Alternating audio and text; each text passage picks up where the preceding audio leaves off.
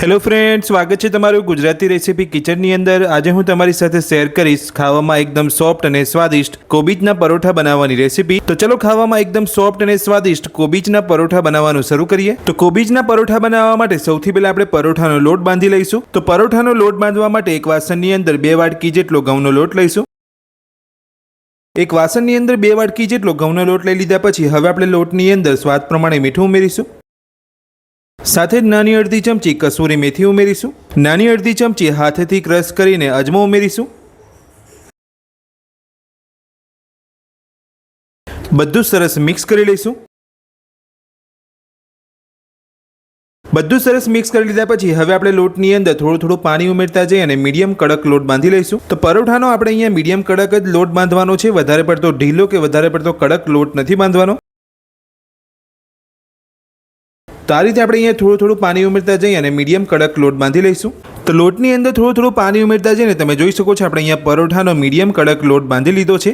તો આ રીતનો તમારે લોટ બાંધવાનો છે।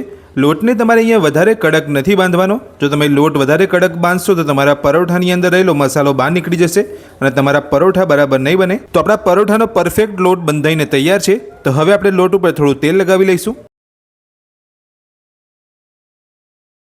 તો આ રીતે તમારે લોટ બાંધી લીધા પછી થોડું તેલ લગાવી લેવાનું છે। તો લોટ ઉપર આપણે અહીંયા તેલ લગાવી લીધું છે। તો હવે આપણે લોટને ઢાંકીને રહેવા દઈશું અને પરોઠાની અંદર ભરવાનો મસાલો બનાવીશું। તો પરોઠાની અંદર ભરવાનો મસાલો બનાવવા માટે તમે જોઈ શકો છો અહીંયા એક નાની કોબીજ લીધી છે। તો સૌથી પહેલાં આપણે કોબીજને છીની લઈશું। તો આ રીતના મોટા હોલવાળી છીની વડે તમારે કોબીજને છીની લેવાની છે। કોબીજને આપણે અહીંયા છીની લીધી છે। તો આ રીતની તમારે કોબીજને છીનવાની છે। તો હવે મસાલો બનાવવા માટે એક પેનની અંદર 2 ચમચી જેટલું તેલ ગરમ કરીશું। તો તેલ આપણું ગરમ થઈ ગયું છે। તો હવે આપણે તેલની અંદર નાની અડધી ચમચી ક્રશ કરેલા સૂકા ધાણા ઉમેરીશું। સાથે જ 2 ચપટી હિંગ ઉમેરીશું। નાની અડધી ચમચી જીરું ઉમેરીશું।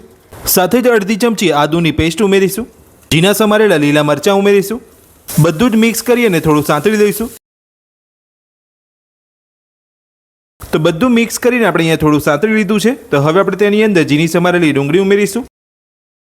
ડુંગળી ઉમેરી લીધા પછી બધું સરસ મિક્સ કરી લઈશું અને ડુંગળીને ગેસની ફૂલ ફ્લેમ પર સાંતળી લઈશું। તો ડુંગળીને ગેસની ફૂલ ફ્લેમ પર સાંતળી લીધા પછી હવે આપણે પેનની અંદર છીનેલી કોબીજ ઉમેરી દઈશું।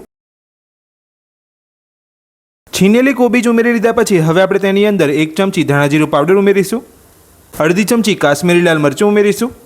સાથે જ મસાલાને ચટપટો બનાવવા માટે નાની અડધી ચમચી આમચૂર પાવડર ઉમેરીશું। આમચૂર પાવડરની જગ્યાએ તમે અહીંયા ચાટ મસાલો પણ લઈ શકો છો। મસાલા ઉમેરી લીધા પછી આપણે અહીંયા બધું સરસ મિક્સ કરી લઈશું અને ગેસની ફૂલ ફ્લેમ પર બધું સરસ સાંતળી લઈશું। તો આપણે અહીંયા મસાલાને ઢાંકીને નથી સાંતળવાનો। જો તમે ઢાંકીને સાંતળશો તો પાણી છૂટશે ને આપણો મસાલો અહીંયા ઢીલો પડી જશે। એટલે આપણે અહીંયા મસાલાને ગેસની ફૂલ ફ્લેમ પર આ રીતે સાંતળવાનો છે। તો બધું જ 2 થી 3 મિનિટ જેટલું ગેસની ફૂલ ફ્લેમ પર સાંતળી લીધા પછી તમે જોઈ શકો છો મસાલો એકદમ સરસ આપણો સતરાઈ ગયો છે અને મસાલો સહેજ પણ આપણો અહીંયા ઢીલો નથી પડ્યો। તો તમારે આ રીતે મસાલાને ગેસની ફૂલ ફ્લેમ પર સાંતળી લેવાનો છે। મસાલાને 2 થી 3 મિનિટ જેટલો સાંતળી લીધા પછી હવે આપણે ગેસની ફ્લેમ બંધ કરી દઈશું। ગેસની ફ્લેમ બંધ કરી લીધા પછી હવે આપણે મસાલાની અંદર ઝીણા સમારેલા લીલા ધાણા ઉમેરીશું। સાથે જ ઝીણી સમારેલી ડુંગળી ઉમેરીશું। આ રીતે તમે થોડી ઉપરથી ઝીણી સમારેલી ડુંગળી ઉમેરશો તો તમારો મસાલો એકદમ ટેસ્ટી બનશે। તો હવે આપણે મસાલાની અંદર સ્વાદ પ્રમાણે મીઠું ઉમેરીશું। તો આપણે અહીંયા મીઠું મસાલાની અંદર પહેલાં નથી ઉમેરવાનું। જો તમે મસાલાને સાંતળતા પહેલાં મીઠું ઉમેરશો તો મીઠાનું પાણી છૂટશે અને તમારો મસાલો ઢીલો પડી જશે। એટલે આ રીતે તમારે મસાલાને સાંતળી લીધા પછી જ મીઠું ઉમેરવાનું છે। તો લીલા ધાણા ડુંગળી અને મીઠું ઉમેરી લીધા પછી આપણે અહીંયા બધું સરસ મિક્સ કરી લઈશું। તો પરોઠાની અંદર ભરવાનો એકદમ ટેસ્ટી અને ક્રન્ચી મસાલો બનીને આપણો તૈયાર છે। તો હવે આપણે મસાલાને થોડો ઠંડો થવા દઈશું। તો પરોઠાની અંદર ભરવાનો મસાલો આપણો અહીંયા ઠંડો થઈ ગયો છે। તો હવે આપણે જે પરોઠાનો લોટ બાંધીને રાખ્યો છે તે લઈ લઈશું। તો હવે પરોઠા બનાવવા માટે આપણે પરોઠાના લોટમાંથી એક લુવો લઈ લઈશું। તો લોટમાંથી લુવો લઈ લીધા પછી હવે આપણે પાટલા ઉપર થોડું તેલ લગાવી અને લુવાને લઈ લઈશું અને લુવાને થોડો વણી લઈશું। તો લુવામાંથી આપણે અહીંયા એક નાની રોટલી વણી લીધી છે। તો વચ્ચેથી થોડી જાડી અને આજુબાજુથી થોડી તમારે પતલી રોટલી વણવાની છે। તો તમે જોઈ શકો છો મેં અહીંયા રોટલીને વચ્ચેથી થોડી જાડી રાખી છે। તો લુવામાંથી રોટલી વણી લીધા પછી હવે આપણે તેની અંદર જે મસાલો બનાવીને રાખ્યો છે તે ભરી લઈશું। તો આ રીતે તમારે પરોઠાનો મસાલો ભરી લેવાનો છે। તો રોટલીની અંદર મસાલો લઈ લીધા પછી હવે આપણે મસાલાને ચારે બાજુથી રોટલી વડે કવર કરી લઈશું।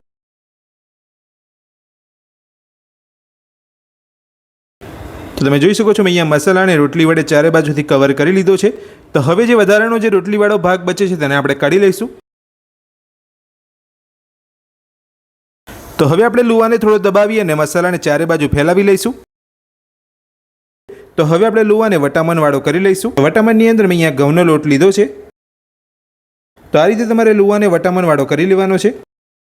હવે આપણે હળવે હાથે લુવાને વણી અને પરોઠો બનાવી લઈશું.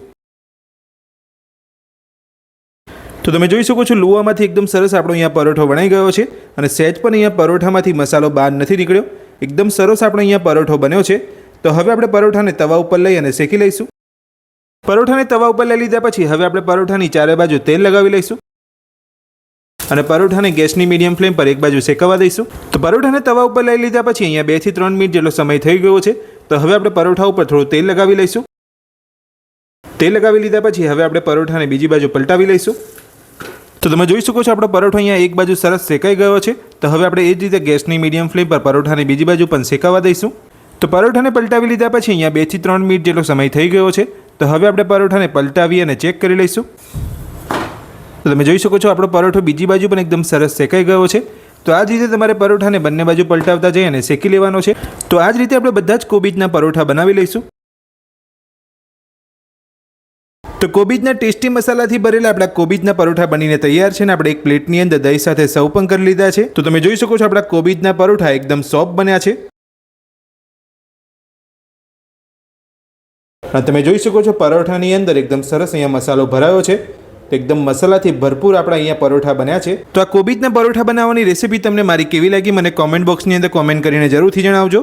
આજની રેસીપી પસંદ આવી હોય તો વિડીયોને લાઇક કરજો અને આ જ રીતની નવી રેસીપી મેળવવા માટે ચેનલને સબસ્ક્રાઇબ કરી રાખજો. Thank you.